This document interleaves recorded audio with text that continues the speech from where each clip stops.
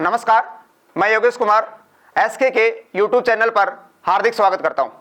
आज हम बात करने वाले हैं army Agniveer general duty GD के लिए 3 महत्वपूर्ण बुक जो आपके सामने यहां पर दी गई है।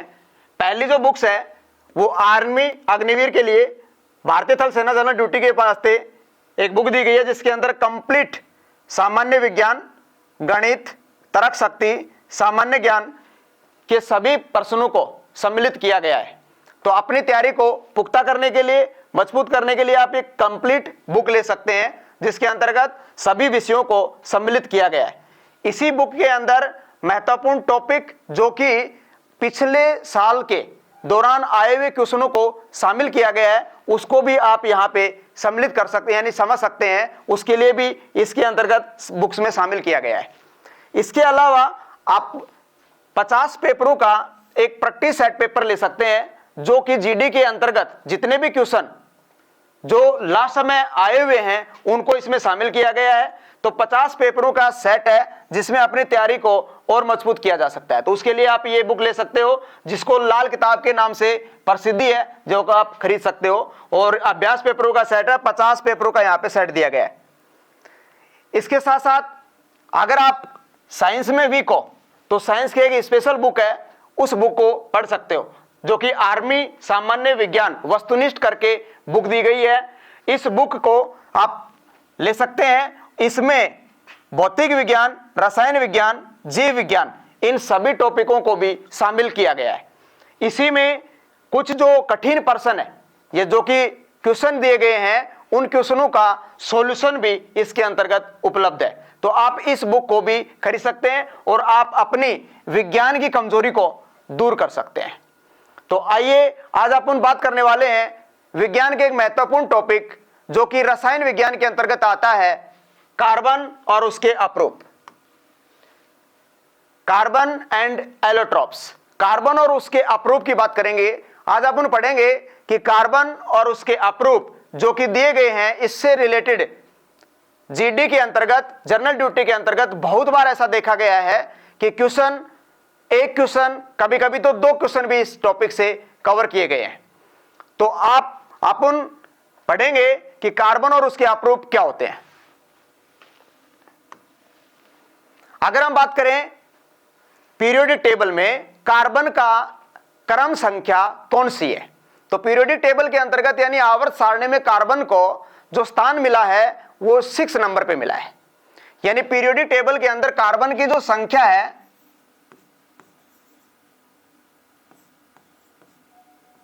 कार्बन का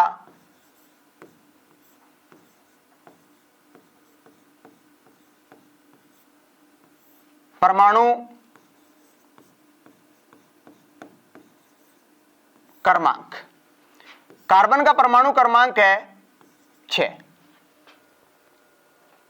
जितने नंबर पे कोई भी तत्व होगा वो उस तत्व का इलेक्ट्रॉनिक कॉन्फ़िगरेशन के अंतर्गत इलेक्ट्रॉनों की संख्या को भी तय करेगा। ये कहिए कि उसमें उसका परमाणु क्रमांक जितना होगा उतने ही उसके अंतर्गत प्रोटॉन और इलेक्ट्रॉन की संख्या तय करेंगे। जो इलेक्ट्रॉनिक कॉन्फ़िगरेशन के अंतर्गत जब इसका हम इलेक्ट्रॉनिक कॉन्फ़िगरेशन करते हैं तो यहां 1s2, 2s2, 2p2 इस तरीके से हम इसका इलेक्ट्रॉनिक कॉन्फ़िगरेशन भरते हैं। तो आप देख रहे हैं कि जो पहले वाला सेलेस के अंतर्गत कंप्लीट फुलफिल हो गए, ये वाला जो है कक्ष, इसके अंतर्गत ऐसे में तो पूरे आ गए लेकिन पी में अधिकतम 6 आ सकते हैं। तो ये जो दोनों है इनको, इस वाले पार्ट को बोलेंगे कोर इलेक्ट्रॉन, कोर इलेक्ट्रॉन।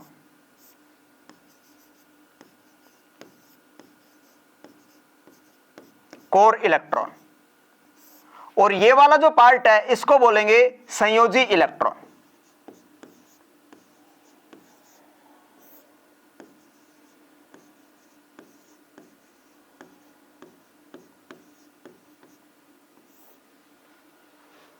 जो अंतिम कक्ष के अंतर्गत आएंगे उस इलेक्ट्रॉनों की संख्या को बोला गया है संयोजी इलेक्ट्रॉन।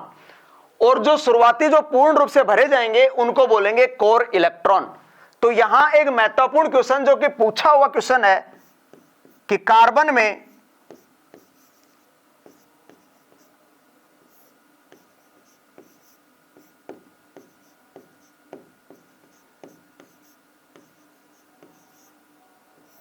संयोजी इलेक्ट्रॉन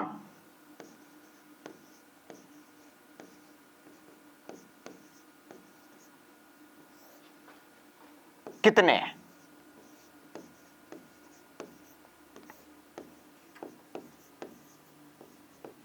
यह क्वेश्चन पूछा हुआ है कि कार्बन में संयोजी इलेक्ट्रॉनों की संख्या कितनी है। तो कार्बन में अगर संयोजी इलेक्ट्रॉनों की संख्या की बात करें तो आप देख रहे हो कि यहां पर संयोजी इलेक्ट्रॉन कितने हैं, 2 और 2 4। तो हम कह सकते हैं कि कार्बन के अंतर्गत संयोजी इलेक्ट्रॉन कितने हो गए, 4। तो कार्बन में संयोजी इलेक्ट्रॉनों की संख्या अगर पूछी जाए तो आपको यह ध्यान रखना है कि अंतिम कक्ष के अंतर्गत जो कि पूर्ण रूप से नहीं भरे गए हैं वो संयोजी इलेक्ट्रॉन कहलाते हैं। तो यहां पे इनके अंतर्गत संयोजी इलेक्ट्रॉनों की संख्या कितनी आएगी, वो 4 आएगी। आगे चलते हैं। अग्निवीर सैनिकों को भी ज्यादातर राज्यों में सेना से वापस आने के बाद अपने राज्यों में सरकारी नौकरी का आश्वासन दिया। साथ ही पैरामिलिट्री फोर्सेज में भी इसके लिए अलग से आरक्षण देने की बात कही गई है। इस परीक्षा को भी अभ्यर्थी इंपॉर्टेंस महत्व दे तो अच्छा है। अभ्यर्थियों के लिए उन नौकरियों के रास्ते भी खोल रहा है जहां वह सेना में जाते हैं और जाने के बाद अक्सर नहीं वहीं रह जाते हैं, जैसे ही राज्य की पुलिस, कलरक इत्यादि। इसलिए अभ्यर्थी आर्मी अग्निवीर की लिखित परीक्षा की अच्छी तैयारी करें। ऑफलाइन कोचिंग सबसे उत्तम होती है क्योंकि यहाँ पर पढ़ाई का एक पॉजिटिव एटमॉस्फेयर रहता है। विद्यार्थी केवल अपनी पढ़ाई में ध्यान देता है और अपनी रोज की दिनचर्या से अलग होता है। साथ में अध्यापकों से उसका संपर्क रहता है जिससे वह अपने डाउट क्लियर कर सकता है। इसके लिए वह उपयुक्त रहेगा कि वह एक अच्छे इंस्टीट्यूट में तैयारी करे जहां पर उसको बाहर न जाना पड़े। हमारी संस्था में हॉस्टल है जहां विद्यार्थियों को कठोर अनुशासन का पालन करने के लिए सेना के रिटायर्ड अधिकारियों की देखरेख में होता है। यहाँ विद्यार्थियों को स्मार्टफोन रखने की अनुमति नहीं है क्योंकि इससे विद्यार्थी बीच बीच में रील इत्यादि देखते हैं और उनका ध्यान भटकने की संभावना रहती है। इसके साथ ही हमारे इंस्टीट्यूशन में रात को प्रत्येक 40 से 50 लड़कों पर एक वार्डन उपलब्ध रहता है। पढ़ाने के लिए सक्षम अध्यापकों की टीम एसके बुक्स के लेखक राम सिंह यादव के नेतृत्व में काम करती है। परीक्षा से पूर्व 8 से 10 टेस्ट लिए जाते हैं। ये टेस्ट एसके बुक्स के सीनियर एडिटोरियल स्टाफ के द्वारा तैयार करवाए प्रकाशन मुख्यालय से छप कर आते हैं। 50 वर्षों के अनुभव से हम विद्यार्थियों की कमजोरी व क्षमता को एक झलक में पहचान जाते हैं। यदि विद्यार्थी किसी विषय में कम अंक प्राप्त करता है तो उसी विषय की एक्स्ट्रा क्लास दी जाती है। इस प्रकार एक समयबद्ध योजना से विद्यार्थी की तैयारी करवाई जाती है। प्रत्येक विद्यार्थी को सफल बनाने के लिए हम उसे पर्सनल टच और केयर प्रदान करते हैं।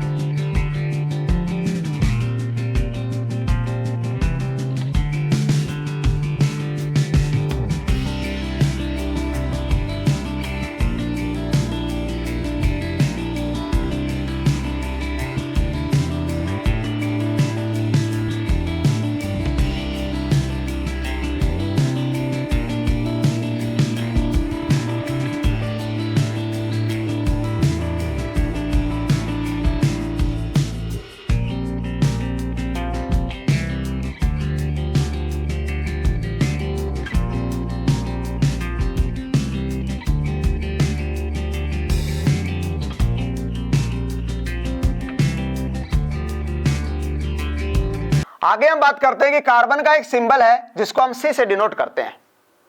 कार्बन का जो सिंबल सी और इसके अंदर परमाणु क्रमांक कितना, तो वो 6 है। इसको हम यहां लिखते हैं। कार्बन के परमाणु क्रमांक के साथ साथ इसके अंदर जो परमाणु भार है जिसको मास नंबर बोलते हैं उसको ऊपर हम डिनोट करते हैं। तो यहां इसका मास नंबर हम लिखते हैं यहां पे 12। इसके साथ साथ दूसरा रूप हम लिखते हैं कार्बन का क्रमांक 6, मास नंबर 13।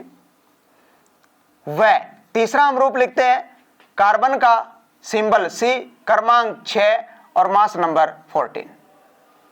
ये जो मैंने यहां पर 3 कार्बन के रूप लिख दिए इसको बोलेंगे समस्थानिक, यानी कि तत्व तो वो ये एक ही है, carbon carbon carbon,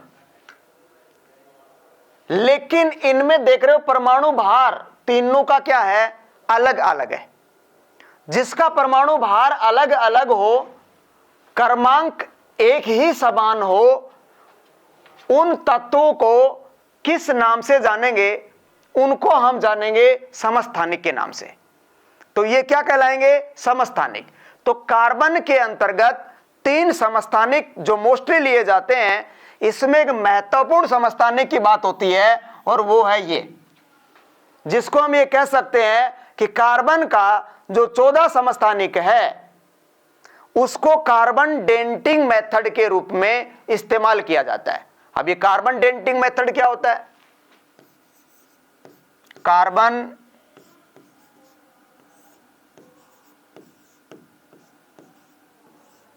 denting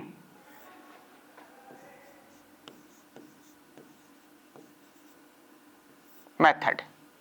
carbon denting method के अंतर्गत कार्बन का कौन सा समस्थानिक उपयोग में लिया जाता है, तो उसकी अगर बात हो तो वो कार्बन डेंटिंग मेथड के अंतर्गत होगा कार्बन का 614 ये समस्थानिक। दूसरा क्वेश्चन ये भी पूछा जा सकता है कि कार्बन डेंटिंग मेथड का उपयोग कहां किया जाता है। तो अगर हम ये बात करें कार्बन डेंटिंग मेथड का उपयोग, तो इसका उपयोग किसी कंकाल की उम्र का पता लगाने में किया जाता है। यानी कोई कंकाल कितने साल पुराना है, उसकी उम्र, उसकी आयु कितने सालों पहले की है, उसका निर्धारण करने में कार्बन का कौन सा समस्थानिक उपयोग में लिया जाएगा। तो उस समस्थानिक की अगर बात पूछे तो वो समस्थानिक हो जाएगा कार्बन 14 यानी C14। तो इसमें हम ये कह सकते हैं कंकाल की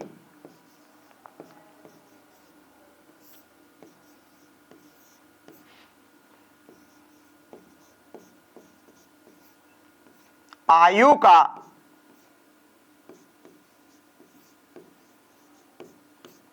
निर्धारण करने में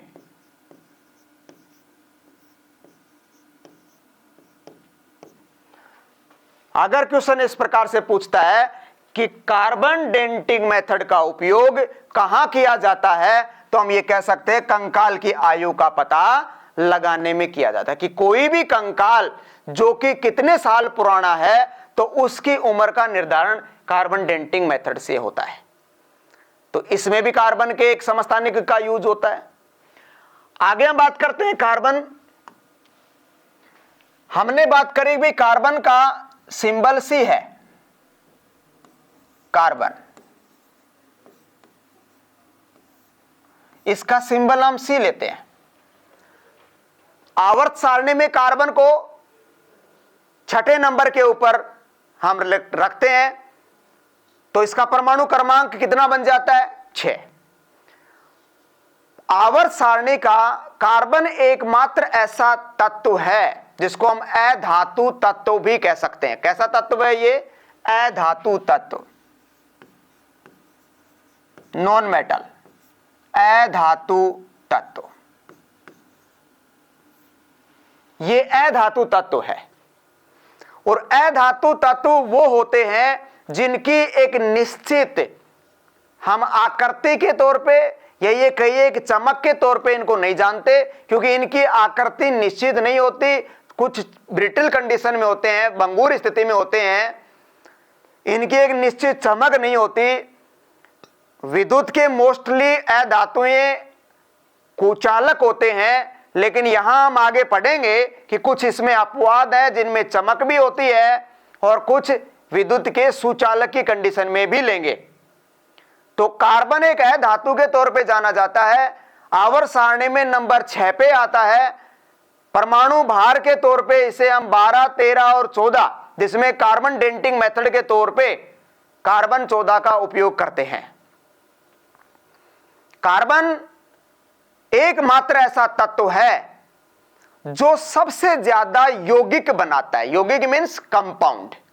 अगर हम बात करें यौगिक क्या होते हैं, तो यहां पर 3 वर्ड आपको क्लियर करना है, समझना है। क्या, एक होता है तत्व,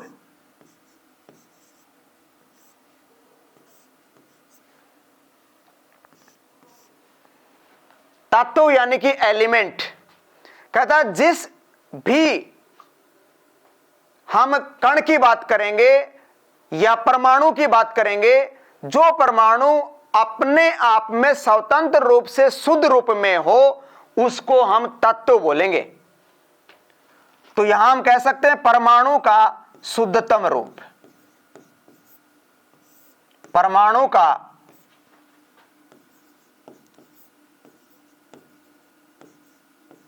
शुद्धतम रूप तत्व कहलाता है। उदाहरण बहुत से हो सकते हैं। उदाहरण के तौर पे हाइड्रोजन हो गया, कार्बन हो गया, नाइट्रोजन हो गया, ऑक्सीजन हो गया, सोडियम हो गया, एटसेट्रा। ये तत्व रूप हैं। तो जहां परमाणु का एक शुद्धतम रूप होगा उसे हम क्या बोलेंगे? तत्व बोलेंगे। दूसरा एक पार्ट होता है यौगिक।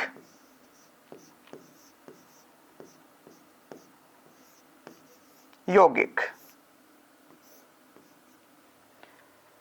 मैंने बात करी कि भी कार्बन सबसे ज्यादा क्या बनाता है? यौगिक बनाता है। तो हम पहले यौगिक की डेफिनेशन जान लेते हैं, परिभाषा जान लेते हैं कि यौगिक होता क्या है। तो कहता है यौगिक वो होता है जहां दो से अधिक परमाणु एक निश्चित अनुपात में मिले हों तो वो यौगिक कहलाता है। तो यहां परिभाषा के तौर पे हम कह सकते हैं दो या दो से अधिक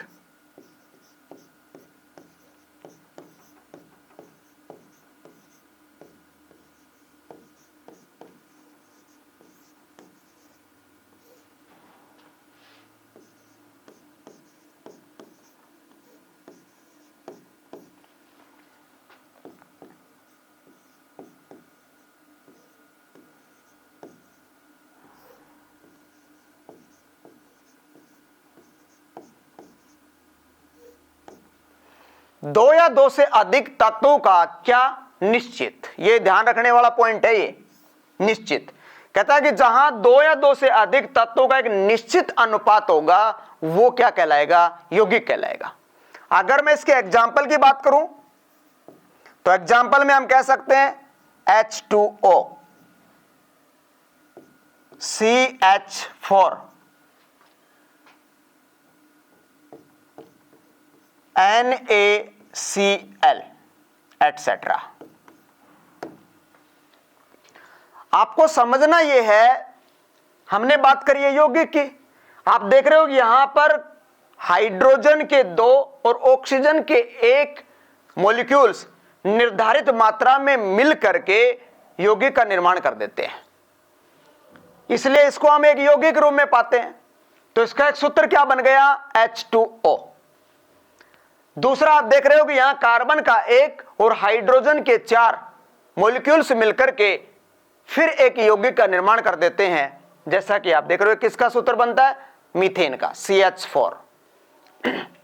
और तीसरा आप देख रहे हो जहां सोडियम का एक और क्लोराइड का एक, यानी कि दोनों में आपस में मिलकर के एक निश्चित अनुपात में किसका निर्माण कर देते हैं? यौगिक, जिसको हम किस रूप में जानेंगे? Sodium chloride. अब मैं जो बताने जा रहा था वो ये कि कार्बन सबसे ज्यादा क्या बनाता है? यौगिक बनाता है। आप मेरे को इसमें देख करके बताइए कि कार्बन इसमें कौन सा यौगिक है? कार्बन का क्या H2O कार्बन का यौगिक है? नहीं है। क्यों नहीं है? क्योंकि इसमें देखने पे पता चल रहा है कि कार्बन की उपस्थिति नहीं है। तो जहां कार्बन की उपस्थिति होगी वही कार्बन का क्या कहलाएगा? यौगिक रूप कहलाएगा। देखने से पता चल रहा है कि CH4 ये एक कार्बन का यौगिक है क्योंकि यहां कार्बन की उपस्थिति है। तो CH4 यानी मीथेन को हम कार्बन का क्या बोल सकते हैं? यौगिक रूप बोल सकते हैं। तीसरा जो मैंने लिखा है सोडियम क्लोराइड, NaCl, क्या ये कार्बन का यौगिक रूप है? नहीं है। क्यों नहीं है? क्योंकि यहां देखने से पता चल रहा है कि यहां कार्बन की उपस्थिति नहीं है, इसलिए ये कार्बन का यौगिक रूप नहीं है। यौगिक तो है लेकिन कार्बन का यौगिक रूप नहीं है। और हमने ये कहा कि कार्बन आवर्त सारणी के जितने भी तत्व हैं उनमें सबसे ज्यादा क्या बनाता है? यौगिक बनाता है। तो ऐसे अनगिनत कार्बन के यौगिक बहुत से हैं, जिनमें हम कुछ महत्वपूर्ण कार्बन के यौगिकों की बात करेंगे जिनके उपयोग भी कई बार पूछे गए हैं। तो तीसरा एक पॉइंट हम समझ लेते हैं। तीसरा एक पॉइंट आता मिश्रण।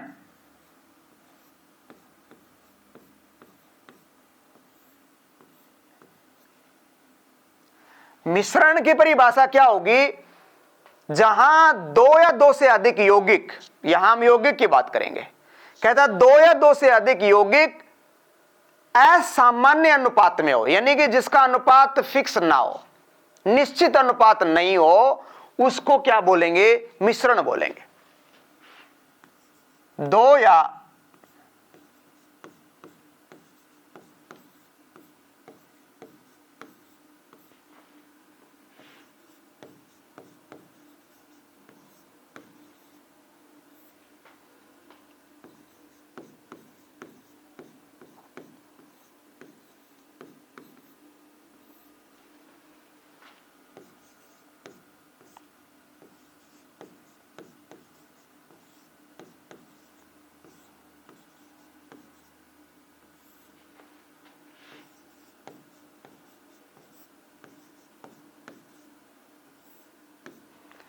समझने वाली परिभाषा इसकी आपको दिखाई दे रही होगी कि यहां दो या दो से अधिक यौगिकों का अनिश्चित, आप इसको अनिश्चित भी कह सकते हो और हम इसको ऐसे भी कह सकते हैं निश्चित ना हो। जहां दो से अधिक यौगिक मिल जाएं और फिर उनका अनुपात तय ना हो, फिक्स ना हो, उस कंडीशन को किस नाम से जानेंगे? मिश्रण के नाम से जानेंगे। एग्जाम्पल की अगर मैं इसमें बात करूं तो बहुत बार यह महत्वपूर्ण एग्जाम्पल पूछा हुआ है, एयर यानी कि हवा। हवा कार्बन का हम ना तो इसको यौगिक कह सकते, ना इसको हम तत्व कह सकते, ये एक स्थिति के रूप में जानेंगे तो हवा क्या है? एक मिश्रण का उदाहरण है। इसके अलावा हम कह सकते हैं शरबत पानी, शरबत पानी।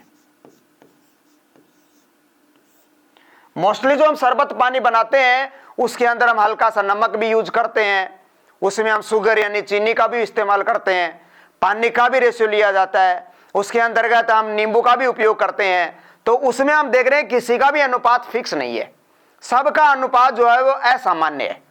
निश्चित ना होने की वजह से ये क्या कहलाएगा? मिश्रण कहलाएगा। इसके अलावा समुद्री पानी,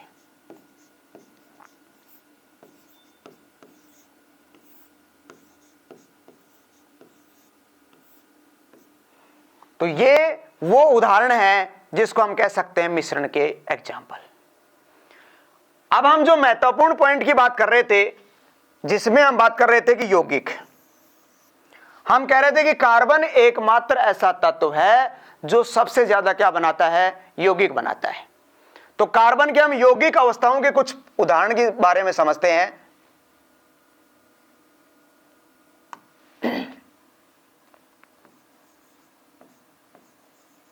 कार्बन के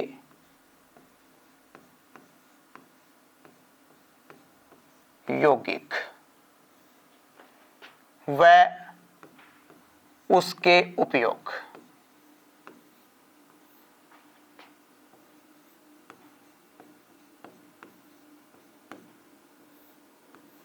अब हम जो पढ़ेंगे कि कार्बन के यौगिक कौन से हैं और उनके उपयोग कौन से क्या है। सबसे पहले मैं बात करता हूं कार्बन के एक महत्वपूर्ण यौगिक की, जिसका नाम है मीथेन। इसका सूत्र हो जाता है यौगिक स्थिति में CH4। अगर मैं इसके यूज की बात करूं, यहां आपको जैसा कि दिखाई दे रहा है कि कार्बन का यौगिक क्यों है? क्योंकि कार्बन उपस्थित है, इसलिए इसको हम कार्बन का यौगिक बोलेंगे। अगर बात यह हो कि ये कार्बन का यौगिक तो है, ठीक है, इसका यूज भी अगर आपसे पूछे, जैसा कि पूछा हुआ है, तो आपको यह ध्यान रखना है कि कार्बन के इस यौगिक को हम इस प्रकार से ईंधन के रूप में इस्तेमाल करते हैं। ईंधन गैस के रूप में।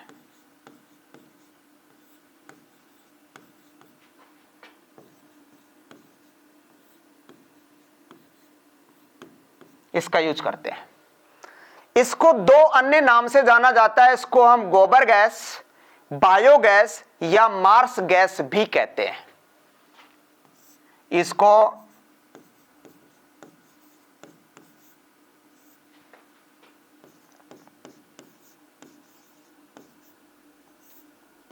गोबर गैस,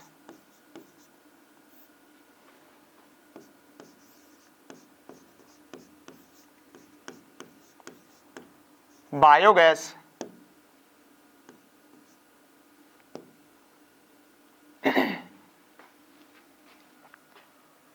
इधर लिख देता हूं बायोगैस।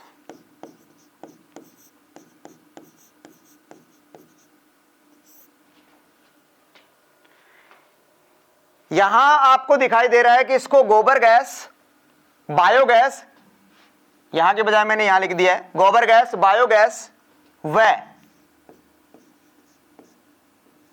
मार्स गैस के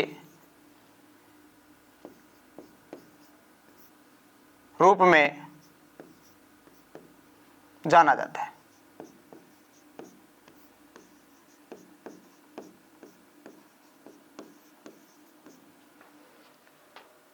तीसरा एक महत्वपूर्ण पॉइंट जो बनता है, जो कई बार पूछा हुआ है, ये सीएनजी का मुख्य घटक है। यह है सीएनजी का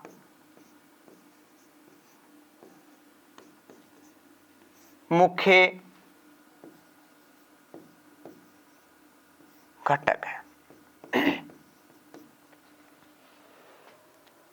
मैंने यहां पर बात करी कार्बन का यौगिक, कौन? मीथेन, सूत्र CH4। उपयोग की जब हमने बात करी तो ईंधन गैस के रूप में इसका उपयोग करते हैं। इसको गोबर गैस, बायोगैस और मार्स गैस के रूप में भी जाना जाता है। यह सीएनजी, सीएनजी का मतलब कंप्रेस्ड नेचुरल गैस, जिसको प्राकृतिक संपीड़ित गैस कहा जाता है, यह सीएनजी का मुख्य घटक है, मेन सोर्स है। अगर इसके साथ में दूसरा अल्टरनेट और दे रखा हो तो उसमें आ सकता है एथेन। यानी सीएनजी में मीथेन व इथेन दो घटक होते हैं, तो ये सीएनजी का मेन घटक है। कौन? मीथेन। तो पहला हमने एक यौगिक की बात करी, मीथेन। आगे बात करते हैं।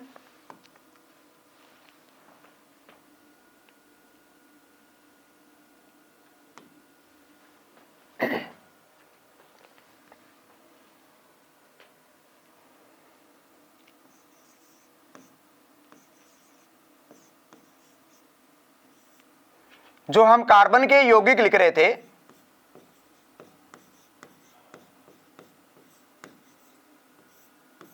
उसमें हम सेकंड यौगिक की बात करते हैं,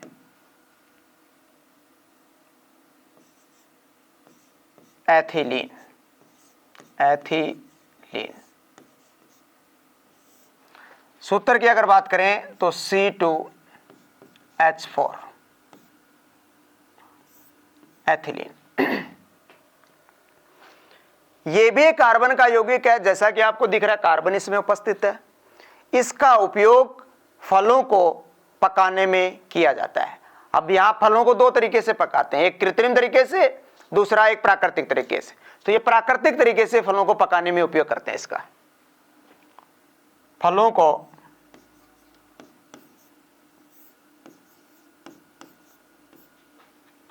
पकाने में, या तो ये वर्ड लिखा हुआ मिले,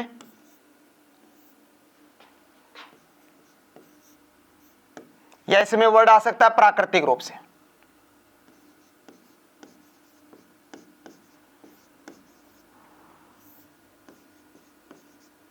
प्राकृतिक रूप से, तो प्राकृतिक रूप से फलों को पकाने में किसका उपयोग किया जाता है? एथिलीन इसका उपयोग किया जाता है। सूत्र क्या है? C2H4। नेक्स्ट तीसरा यौगिक की बात करते हैं।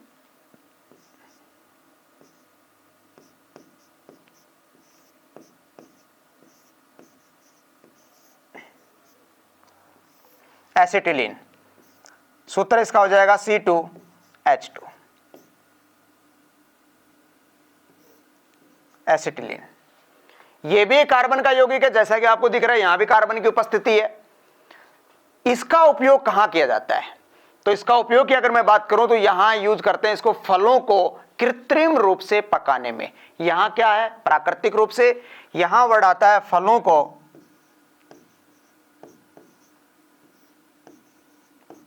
को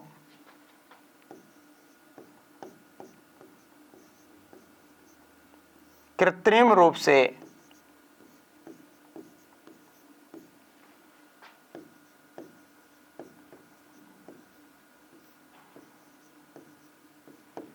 पकाने में। दूसरा इसका एक महत्वपूर्ण यूज होता है गैस वेल्डिंग व कटर के रूप में। इसका उपयोग किया जाता है गैस वेल्डिंग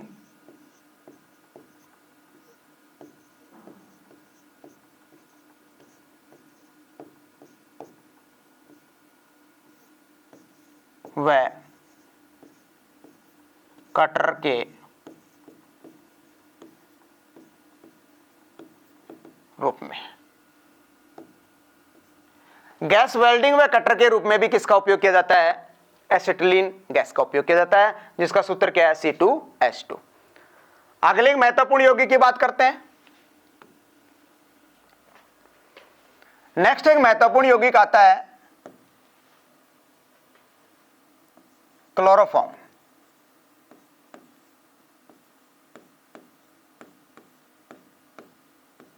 क्लोरोफॉर्म सूत्र की बात करें तो CHCl3। जहां इसके यौगिक की बात है तो आप देख रहे हो कि यहां भी कार्बन की उपस्थिति है, कार्बन CHCl3। क्लोरोफॉर्म का उपयोग कहां किया जाता है? तो इसको दो तरीके से इसका महत्वपूर्ण यूज होता है। चिकित्सक प्रणाली के अंतर्गत निश्चेतक के रूप में इसका उपयोग किया जाता है। निश्चेतक का मीन्स बेहोशी के रूप में। तो इसका उपयोग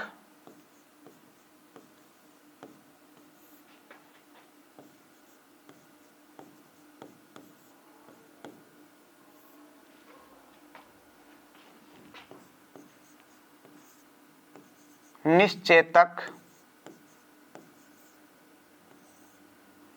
या सिंपली बोले तो बेहोशी के रूप में।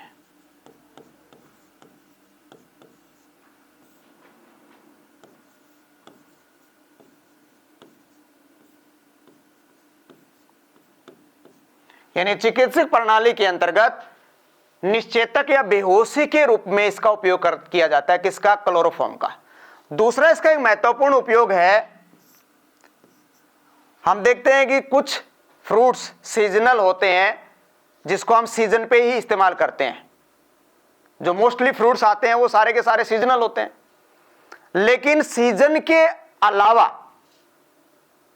विदाउट सीजन भी उसमें उपलब्ध करवा पाए, उसके लिए हमको उस फ्रूट्स को सुरक्षित रखना पड़ेगा। और सुरक्षित रखने के लिए किसका उपयोग करते हैं? मोस्टली जो इस्तेमाल करते हैं वो क्लोरोफॉर्म का करते हैं। यानी पदार्थों को सड़ने और गलने से बचाने के लिए, ताकि उसको हम लंबे समय तक इस्तेमाल में ले सकें। जो फल हमें सीजन के बाद इस्तेमाल करना है तो वहां भी इसका इस्तेमाल कर सकें, उसके लिए किसका उपयोग करेंगे? क्लोरोफॉर्म का। तो इसमें हम कहेंगे पदार्थों को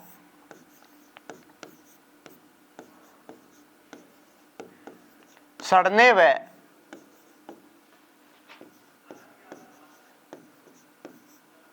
गलने से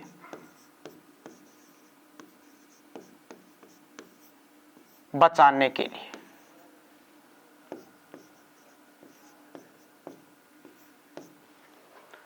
पदार्थों को सड़ने व गलने से बचाने के लिए किसका उपयोग किया जाता है? क्लोरोफॉर्म का उपयोग किया जाता है। तो यहां भी हम समझ सकते हैं कि कार्बन का एक महत्वपूर्ण यौगिक है जो कि क्लोरोफॉर्म है। यहां इसका पदार्थों को सड़ने और गलने से बचाने में भी इसका उपयोग किया जाता है। अगला हम एक महत्वपूर्ण पॉइंट की बात करते हैं जो कार्बन का यौगिक है,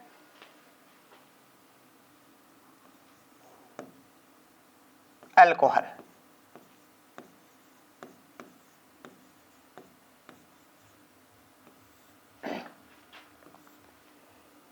सूत्र इसका हो जाएगा C2H5OH।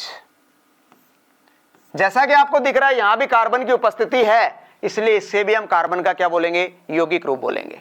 इसका उपयोग दवा निर्माण व शराब के निर्माण में किया जाता है।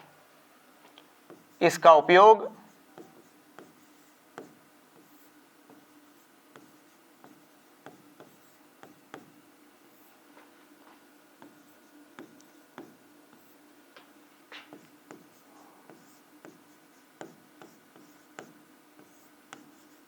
वह शराब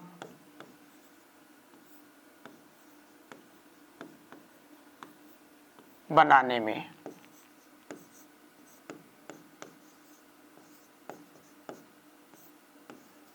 किया जाता है। तो ये जो हमने कुछ एक कार्बन के यौगिक स्थिति पढ़ी है, ऐसे करके बहुत से कार्बन के यौगिक रूप है। करीबन 50,000 से अधिक कार्बन ऐसे यौगिक बनाता है जिसका किसी न किसी कार्बन का किसी तत्व के साथ जुड़ाव है, जो कि यौगिक की स्थिति में आता है।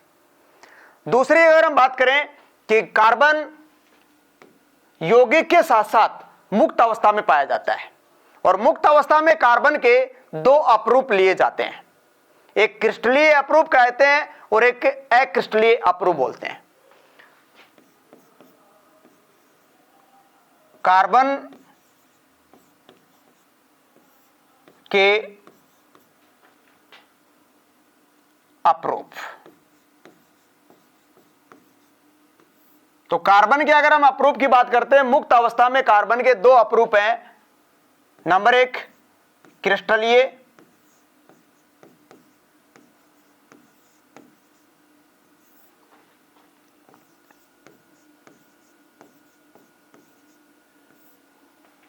और नंबर 2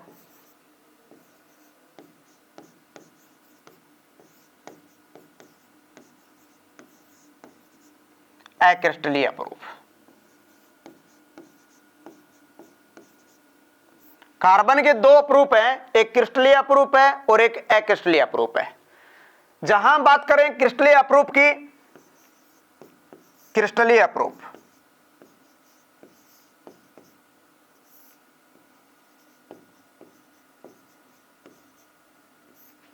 क्रिस्टलीय अपरूप कौन से हैं?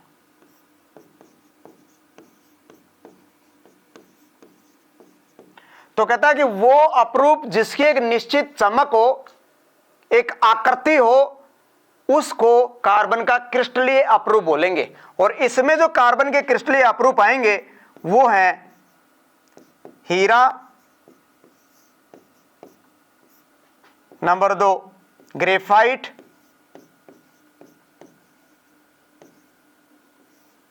Number 3 fullerene.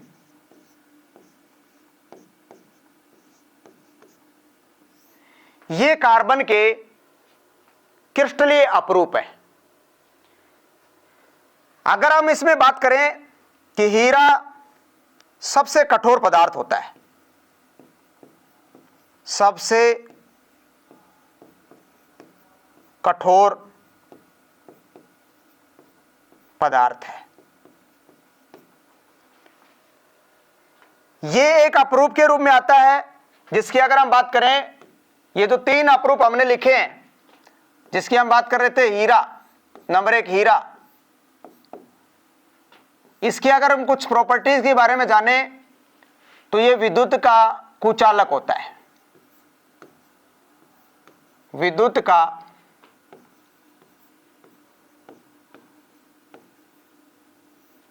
कुचालक होता है।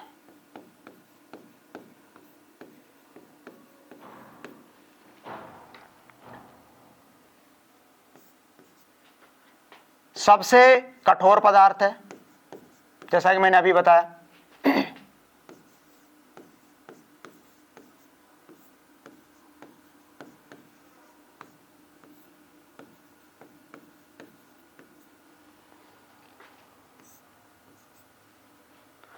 कार्बन का सबसे शुद्ध रूप है, यह भी पूछा है, कार्बन का सबसे शुद्ध रूप कौन सा है, तो वो भी हीरा है। सबसे शुद्धतम रूप है।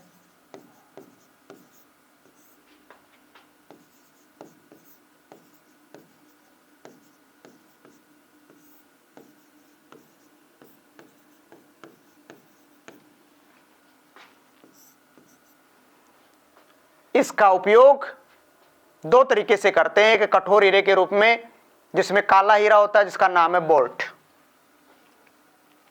काला हीरा।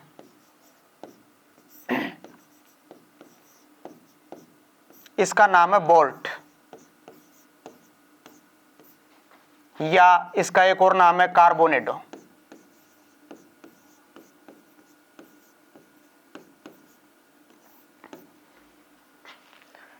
काला हीरा, बोल्ट कहें या कार्बोनेडो, इसका उपयोग चट्टानों को छेद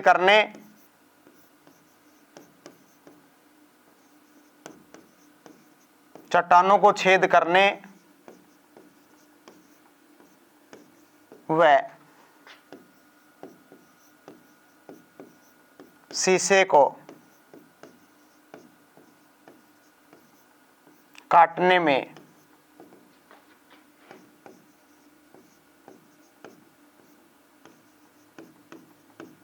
किया जाता है। अगले पॉइंट की बात करते हैं हम हीरे की। अगर हम अगले पॉइंट की बात करते हैं, हीरा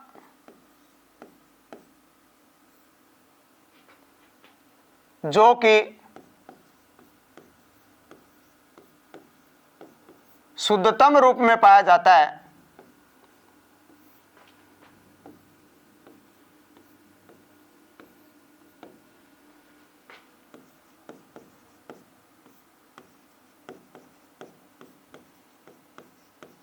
उसको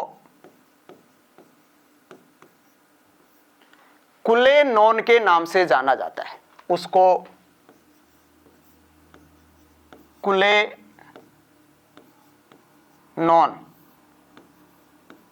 के नाम से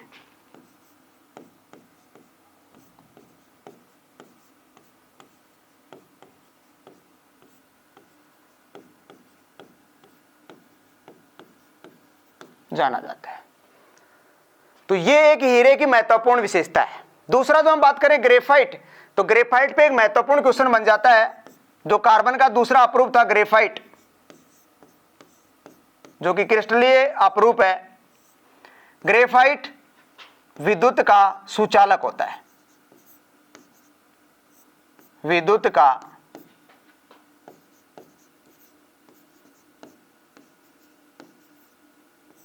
सुचालक होता है।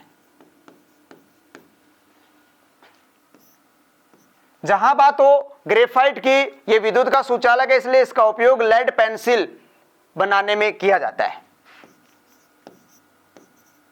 लेड पेंसिल के निर्माण में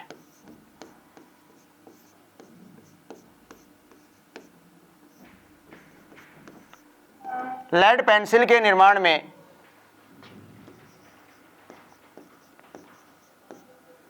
इसका उपयोग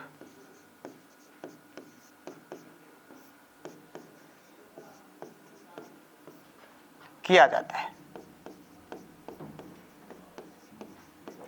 ग्रेफाइट की जो संरचना है वो षटकोणीय होती है। इसकी संरचना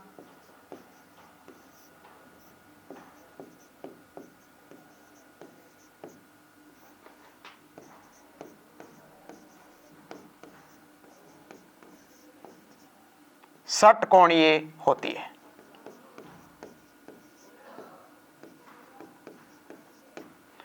और अगर हीरे की संरचना पूछे तो इसकी संरचना चतुष्फलकीय होती है। हीरे की संरचना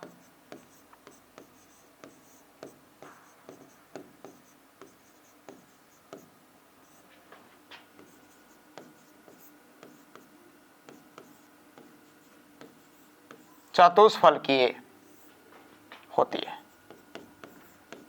तो ये दोनों संरचना से रिलेटेड महत्वपूर्ण क्वेश्चन है जो पूछे जाते हैं। और तीसरा जो अप्रूव था फुलरिन,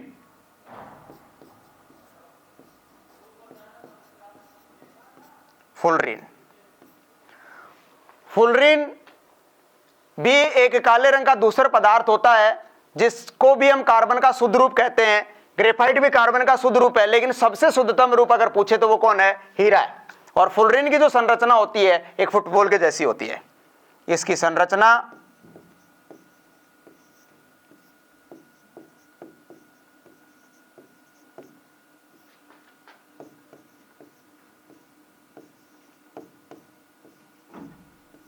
फुटबॉल के जैसी है।